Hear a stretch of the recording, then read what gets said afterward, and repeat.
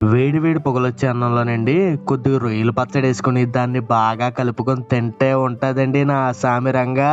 అన్నంలో ఈ పచ్చడి ఎలా కలపాలో తెలుసండి? కొద్ది కొద్ది రొయ్యలతో కాదండి, కొద్దిగా ఎక్కువ రొయ్యలు ఉండాలి. ఈ రొయ్యల పచ్చడిని మనం ఇంట్లో చాలా సులువుగా చేసుకోవాలండి. దీనికోసం మనం ఏం చేయాలంటే పొద్దున్నే సంతకెళ్ళి మంచి రొయ్యలు తెచ్చేసుకోవాలండి. రొయ్యలను శుభ్రం చేసేసుకున్న తర్వాత ఉప్పు కారం వేసి బాగా ఉడకబెట్టేసుకొని పక్క తీసుకోవాలండి. ధనియాలు, జీలకర్ర, చెక్క, లవంగాలు, యాలక్కాయలు, రంగుమారేలా వేపేసుకొని పొడి చేసుకొని పక్కన పెట్టేసుకోండి. దీంతో పాటు అల్లం వెల్లుల్లిపాయ పేస్ట్ కూడా. ఇప్పుడు పొయ్యి మీద దాకెట్టుకోనండి, దాకలో నూనెసి నూనె వేడెక్కిన తర్వాత రొయ్యలేసి బాగా వేపేసుకొని పక్క తీసుకోవాలండి. ఇప్పుడు అందులోనే అల్లం వెల్లుల్లిపాయ పేస్ట్ వేసి పచ్చివాసన పోయేదాకా బాగా వేపుకున్న తర్వాత అందులోనే రొయ్యలు వేసేయండి. రొయ్యలు బాగా కలిపిన తర్వాత మనం ఇందాక మిక్సీలో వేసుకున్న మసాలా కూడా అందులో వేసేయండి. ఇప్పుడు దీంట్లోకి సరిపడంత ఉప్పు, మనం తినేంత కారం వేసేసుకొని బాగా కలిపేసుకోవాలండి. లాస్ట్ లో చెంచా ఆవపిండి వేసి బాగా కలిపేసుకొని బాగా చల్లారి పెట్టేసుకోండి. బాగా చల్లారిపోయిన తర్వాత 2 నిమ్మకాయ చెక్కలు తీసుకొని పిండారనుకోండి, రొయ్యి పచ్చడి రెడీ. వేడి వేడి పొగలొచ్చి అన్నం పెట్టుకుని ముద్దగా రొయ్యచ్చలా కలుపుకొని తింటే ఉంటదండి, అదిరిపోద్ది.